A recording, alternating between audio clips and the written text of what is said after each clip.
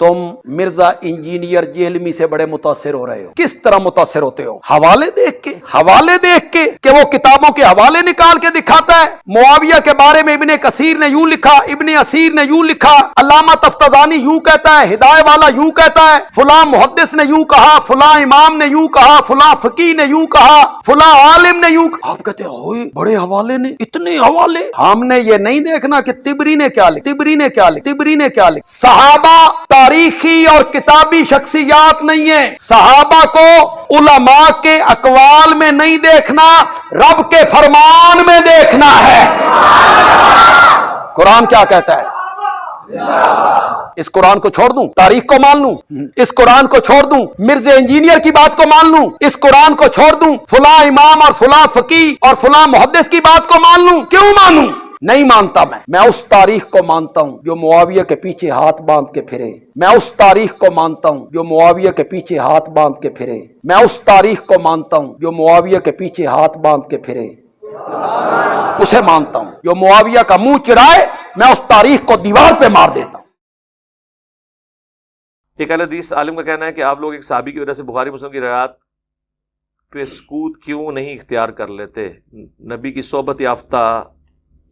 یار یہ میں کئی دفعہ بیان کر سکوں، مسئلہ صحابی کا نہیں، مسئلہ نبی علیہ السلام کا ہے. اگر وہ صحابی کے مقابلے میں صحابی رہتا اور حضور کی حدیثیں نہ ہوتی تو پھر ہم چپ کر جاتے. اب نبی صلی اللہ علیہ وآلہ وسلم اگر خاموش نہیں ہے تو ہم کیسے خاموش ہو جائیں؟ اگلے دن وہ ایک مولانا صاحب کا کلپ اپلوڈ ہوا ہوا تھا، دیکھیں کتنا دھوکہ دیتے ہیں، جھوٹ بولتے ہیں. اب اس کا یہ سٹیٹس نہیں کہ میں اسے مشہور کروں، ویسے اپنے فرقے میں وہ سب سے ٹاپ پہ ہے، دیوبندی مماتیوں کا مولوی ہے. آپ کو پتہ چل جائے گا میں کس کا نام لے رہا ہوں بغیر نام لیے. تو وہ کہہ رہا تھا جی انجینئر کے اسٹوڈنٹ کہتے ہیں وہ ہر چیز دکھاتا ہے، لوگ بھی ہمیں کہتے ہیں ہر چیز حوالوں سے دکھاتا ہے. اور پھر آگے وہ کہتا ہے کہ جی جو ابن کثیر کے تاریخی حوالے ہیں، جو طبری کے ہیں، اور طبری نہیں، اور تبری لفظ ہوتا ہے مولوی، طبری لفظ ہی نہیں بولنا آندا. اچھا یہ میں کوئی بدتمیزی اس کے ساتھ نہیں کر رہا، وہ چونکہ یہ کلیم کرتے ہیں نا باقیوں کے بارے میں، مولوی ہے نا، تو مولویوں سے تو پھر ہم اس طریقے سے ہی بات کریں گے نا کہ تم لوگوں کو بڑا زوم ہوتا ہے نا کہ آپ لفظ ٹھیک بول لیتے ہو. اس کو آپ حذف کر دیں اس گفتگو میں سے، تبری کے حوالے، ابن کثیر کے حوالے، فلاں کے حوالے.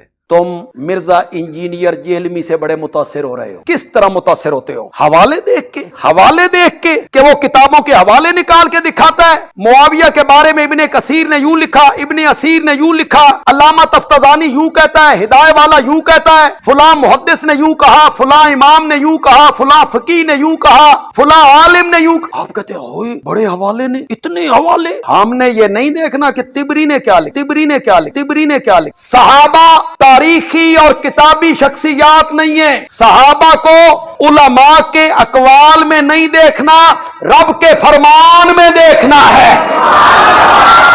قرآن کیا کہتا ہے؟ اس قرآن کو چھوڑ دوں، تاریخ کو مان لوں؟ اس قرآن کو چھوڑ دوں، مرزا انجینئر کی بات کو مان لوں؟ اس قرآن کو چھوڑ دوں، فلاں امام اور فلاں فقیہ اور فلاں محدث کی بات کو مان لوں؟ کیوں مانوں؟ نہیں مانتا. میں اس تاریخ کو مانتا ہوں جو معاویہ کے پیچھے ہاتھ باندھ کے پھرے. میں اس تاریخ کو مانتا ہوں جو معاویہ کے پیچھے ہاتھ باندھ کے پھرے. میں اس تاریخ کو مانتا ہوں جو معاویہ کے پیچھے ہاتھ باندھ کے پھرے.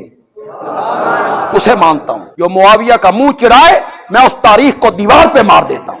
او پائی نکل اپنے اس تو باہر، دنیا بدل چکی ہے، اپنے غار تو باہر نکلو. تبری دے والے نہیں نے، بخاری مسلم دے والے نے. یہ دھوکے تو نہ دو. تبری کے تو ہم نے اپنے حوالے لائے ہی نہیں ہیں. وہ لائے تو آپ لوگ تو یہاں کھڑے نہیں ہو سکتے. جن لوگوں کا آپ دفاع کر رہے ہیں ان کا تو ایمان ہی مشکوک ہے تبری کی روایتوں میں. لیکن ہم نے کبھی پیش نہیں کی تاریخی روایتیں. ہم بات کرتے ہیں بخاری مسلم سے.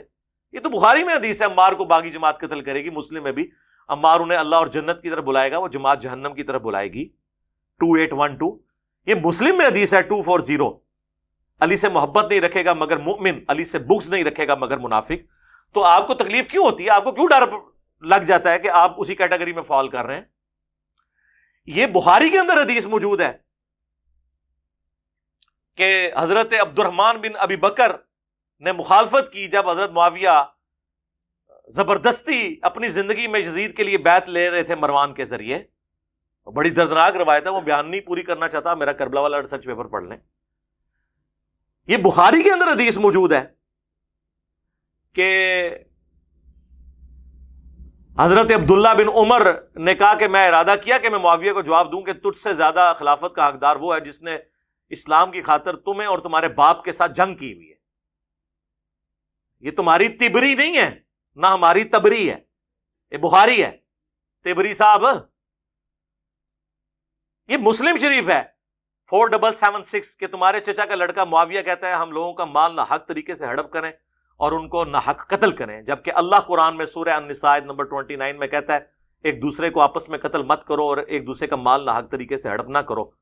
اور عمر بن عاص جو کہ ان کے سمجھ لیں یار غار ہے حضرت معاویہ کے، وہ بھی تھوڑی دیر خاموش ہو کے سر اٹھا کے کہتے ہیں کہ معاویہ کی اطاعت صرف ان کاموں میں کرو جس میں وہ اللہ کے حکم کے مطابق چلائے، اور جس میں وہ نافرمانی کرے اس کی نافرمانی کرو.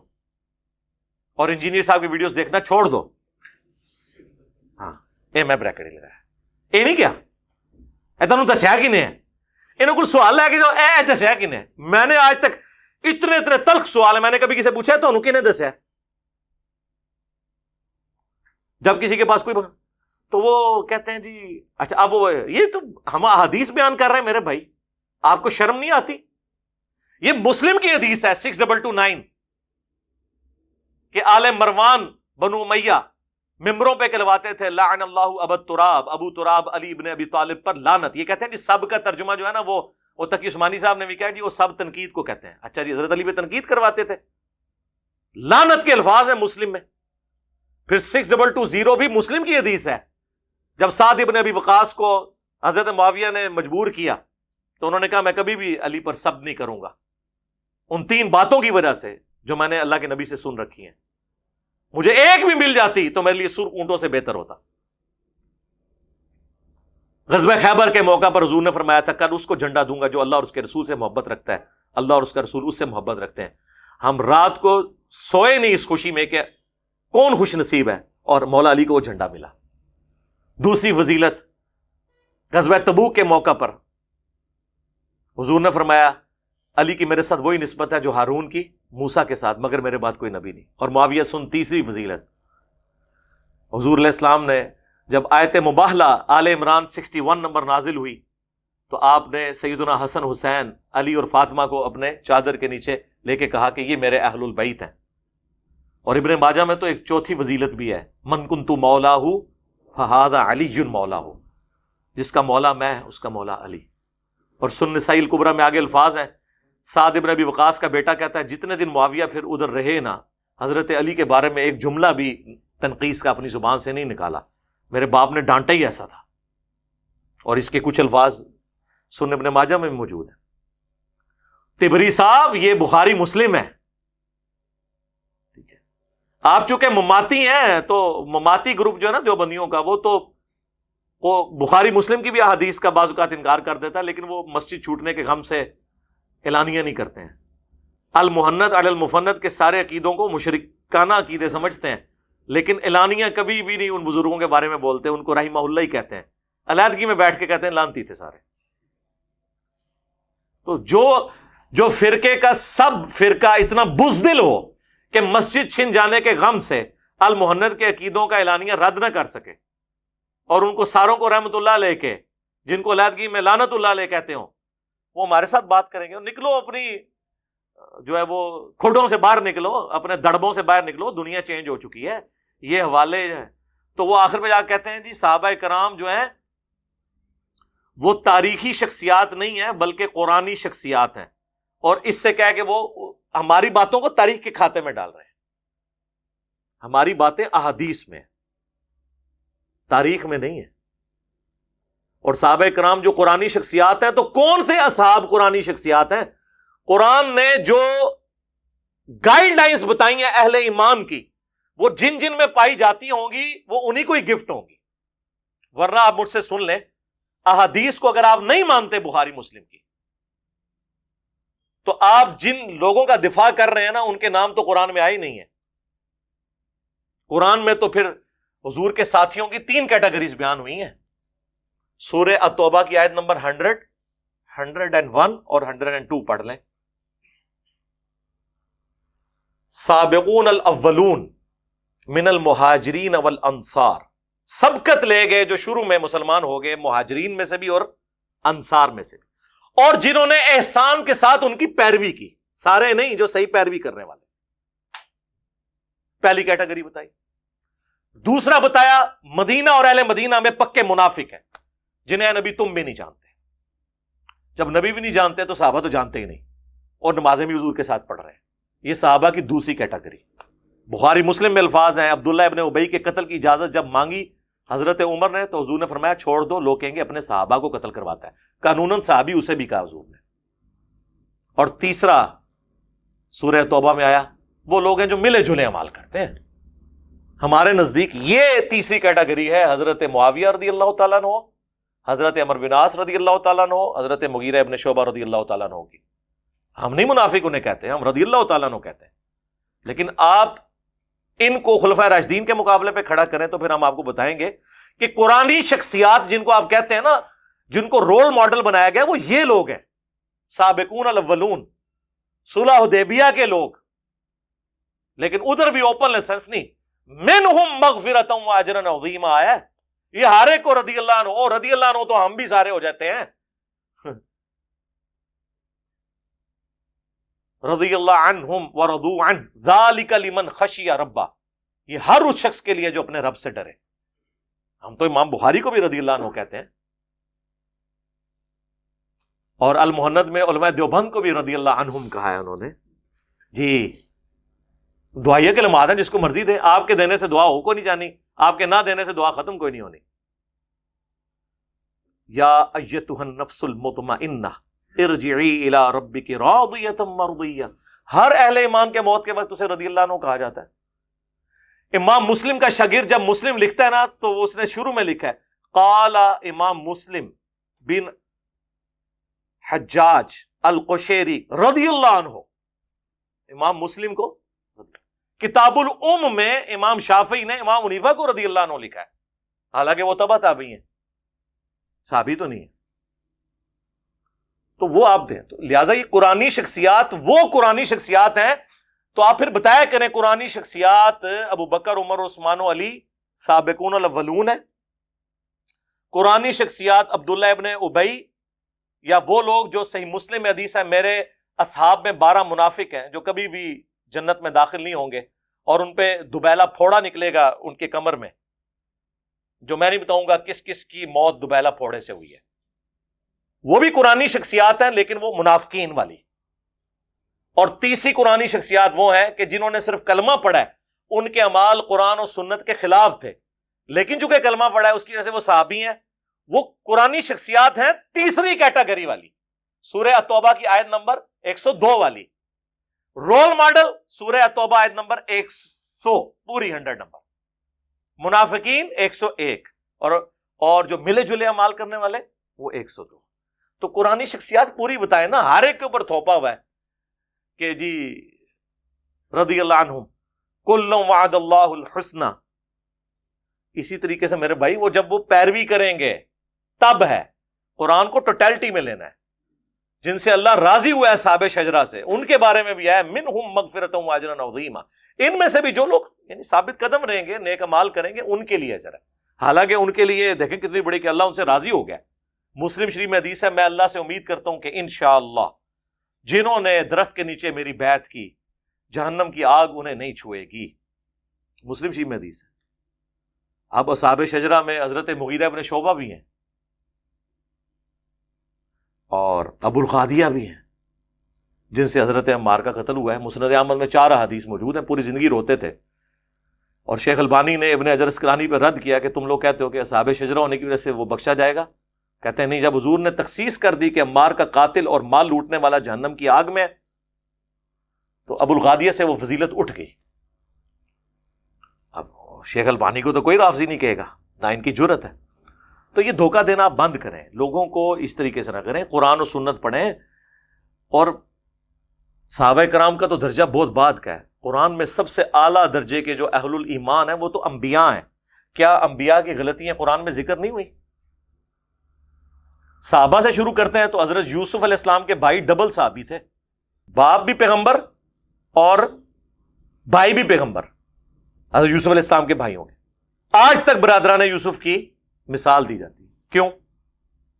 ظاہر ہے ایک معاملہ ہے کہ اس سے آدم اور ابلیس کم از کم 6 دفعہ تو آیا ہے, اور سورہ الاعراف میں آیا کہ اس لیے بیان کر رہے ہیں تاکہ تمہارے ماں باپ کو جس طرح شیطان نے ورگلایا اور ان کے کپڑے اتروا دیے, یہ بھی الفاظ ہے, تمہیں نہ ورگلا دے. حضرت موسیٰ علیہ السلام کا ذکر آیا ہے, بندہ مر گیا. حضرت نوح علیہ السلام کا ذکر آیا, کافر بیٹے کے لیے دعا کر دی, بعد میں معافی مانگی.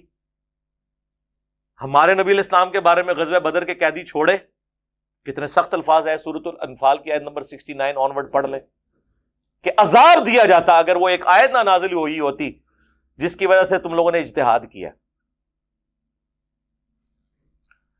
تو یہاں تو انبیاء کرام کے بارے میں اس طرح کے الفاظ ہیں تو بابے دے شاہی کوئی نہیں, ہوں بولنا بنتا ہے. کہندے نے بابے محفوظ ہوندے نے گناہاں تو, وہ اس واسطے ہوندے نے کہ چھپ کے کرتے رہے, وہ بھی کیمرے تو بعد ہوں محفوظ بھی کو نہیں رہے, غیر محفوظ ہو گئے نے. غیر محفوظ نہیں ہو گئے میاں, ہاں میاں لوگ کیا کہیں گے, تو دیکھیں نا غیر محفوظ ہوئے نا. بس اب صرف میں نے میاں ان کو کہا کرنا ہے, آگے وہ آپ خود فلنگ دی بلینکس خود کر دیا کریں گے, آگے dash dash dash dash dash, ٹھیک ہے نا جی, یہ پھر میوں میوں کر کے بھاگیں گے آپ کے آگے, ٹھیک ہے جی. پہلا عقیدہ, ہم بزرگوں کے قبروں اور سینوں سے فیض لینے کے قائل ہیں اس طریقے پہ جو خواص کو معلوم ہے, نہ کہ اس طریقے پہ جو عوام کرتے ہیں. اچھا عوام جو کچھ کرتے ہیں وہ ہمیں پتہ ہے. عوام کا یہ عقیدہ ہے کہ کسی بزرگ کے ساتھ جفی ڈال لیں تو بندہ تر جاتا ہے, ٹھیک ہے. عوام قبروں سے جا کے مانگ لیتی ہے, قبر کی مٹی لے جاتی ہے. آپ ہمیں ذرا خواص کا طریقہ بتائیں, آپ کیا ہوتا ہے خواص دا, اس تو بھی پیڑا طریقہ جی سنو. ارواح ثلاثہ اشرف علی تھانوی نے کتاب لکھی ہے جس میں انہوں نے 3 دیوبندی بزرگوں کے حالات زندگی لکھے ہیں. یہ وہی کتاب ہے, وہی میاں میاں میاں, ہاں یہ وہی کتاب ہے ارواح ثلاثہ جس میں رشید احمد گنگوئی صاحب قاسم نانوتوی صاحب کو پبلکلی اپنے ساتھ چارپائی پہ لٹاتے ہیں, پھر عاشق صادق کی طرح ان کی طرف چہرہ کر کے ان کے سینے پہ ہاتھ رکھتے ہیں. وہ کہتے ہیں حضرت لوگ کیا کہیں گے, وہ کہتے ہیں میاں کہنے دو جو لوگ کہتے ہیں. یہ وہی کتاب ہے, وہی کتاب ارواح ثلاثہ. لکھ رہا کون ہے؟ حکیم الامت اشرف علی تھانوی. کس کے بارے میں لکھ رہے ہیں؟ بانی مدرسہ دیوبند قاسم نانوتوی کے بارے میں. پہلے تو یہ بتاؤ یہ مہذب طریقہ ہے پبلکلی مریدین کے سامنے, ٹھیک ہے. عاشق صادق, اسی کتاب میں لکھا ہوا ہے کہ قاسم نانوتوی صاحب مرنے کے 6 سال کے بعد قبر سے نکلے, فزیکلی خواب میں نہیں, اور دیوبند کے 2 مولویوں کی صلح کرا کے واپس چلے گئے. اور جس مولوی کو ملنے آئے تھے نا, سردیوں میں بھی رضائی کے اندر وہ پسینے اس کے نکلے ہوئے تھے. تو دوسرے نے پوچھا کیا؟ ان کا بھی حضرت نانوتوی آئے تھے. پائی جی مردہ نکل کے آ جائے 6 سال بعد, تو وہ صرف پسینہ نکل کیتا ہے, اور بھی کچھ ہو گیا ہوئے گا. ہاں نقل صرف پسینہ ہویا ہے, انہوں نے غور نہ نہیں دیکھا. ہوں کدے ہوئے نا تو غور نہ ویکھیو, اے جے قبریں تو فیض انہاں دا. اسی ارواح ثلاثہ میں لکھا ہوا ہے انہوں نے اپنے بزرگوں کے بارے میں کہ ان کی قبر سے لوگ مٹی لے جاتے تھے شفا کے لیے. تو وہی عقیدہ ہے آپ کا بھی, اور میں نے اس پہ پورا ریسرچ پیپر لکھا ہے, میرا 1 گھنٹہ اور لگ جائے گا. ریسرچ پیپر نمبر 6, قبروں سے فیض کے عقیدے کا تحقیقی جائزہ, اور میں نے سارے واقعات نقل کیے ہیں. میں ایک ایک واقعے کی انجی نہیں کر سکتا, میں نے حصول برکت کے لیے آپ کے سامنے یہ 2-3 باتیں ہی رکھی. دوسرا عقیدہ اس میں انہوں نے لکھا ہے کہ رسول اللہ کی قبر مبارک اللہ کے عرش, کرسی, خانہ کعبہ سے افضل ہے. ان سے پوچھے یہ کس قرآن کی آیت میں اور حدیث میں لکھا ہوا ہے؟ جذباتی بات نہیں ہے بریلویوں لی کرنی کہ تسی نبی دی شان نو نہیں مندے. اچھا جی نبی دی شان نو منیے تے حضرت عیسیٰ نو اللہ دا بیٹا کہہ دئیے, گل کرنے لی کرو. اور تیسرا عقیدہ میں نے المحنت سے بتایا تھا کہ یہ کہتے ہیں کہ نبی علیہ السلام کی قبر مبارک میں جو حیات ہے دنیا کی سی ہے. کہتے ہیں جی وہ ہم نے دنیاوی نہیں کہا, دنیا کی سی کہا ہے. دیکھو کیسے نے, دنیا کی سی ہے تو دنیا کی زندگی میں تو سانس ہوتا ہے, کھانا پینا ہوتا ہے, ٹائلٹ ہوتا ہے. کیا قبر مبارک میں یہ ہے؟